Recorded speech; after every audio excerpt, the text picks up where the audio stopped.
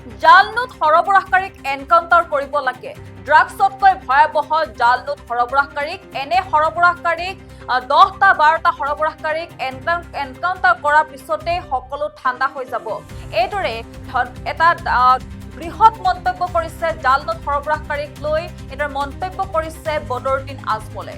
আমি পুনৰবাৰ উল্লেখ কৰিছো, জাল নোট সৰবৰাহকাৰীক লৈ ডাঙৰ মন্তব্য কৰিছে বদৰুদ্দিন আজমলে। জাল নোট সৰবৰাহকাৰীক এনকাউণ্টাৰ কৰিব লাগে বুলি মন্তব্য কৰিছে আজমলে।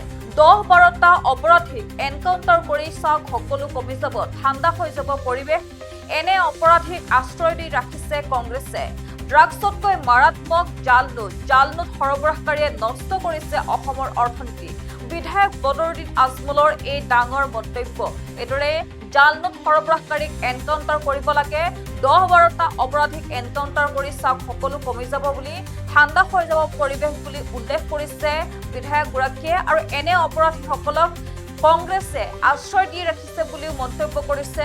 লগতে কৈছে যে ড্ৰাগছতকৈ মাৰাত্মক জাল নোট সৰবৰাহকাৰীয়ে নষ্ট কৰিছে অসমৰ অৰ্থনীতি। এটা জাল নোট সৰবৰাহকাৰীৰ বিৰুদ্ধে এইদৰে সৰব হৈ পৰিছে বিধায়ক বদৰুদ্দিন আজমল। लेकिन जैसे हम लोगों ने उस दिन बात किया आपके ऊपर ड्रग्स के ऊपर, उससे भी ज्यादा खतरनाक ये ड्रग जाली नोट है। जाली नोट आता कहाँ से, कौन लाते हैं, कौन इस्तेमाल करते हैं, कहाँ चलता है, कैसे चलता है, ये गवर्नमेंट का फेलियर है। 100% गवर्नमेंट का फेलियर है। ये जाल नोट वाले पकड़े क्यों नहीं जाते? एक दिन भी पेपर में नहीं आता कोई जाल नोट। ड्रग वाले थोड़े पकड़े गए मालूम पड़ता है, रेपिस्ट मालूम पड़ता है, लेकिन ड्रग नोट नहीं मालूम पड़ता है। चलिए জালি note, I will talk there insha।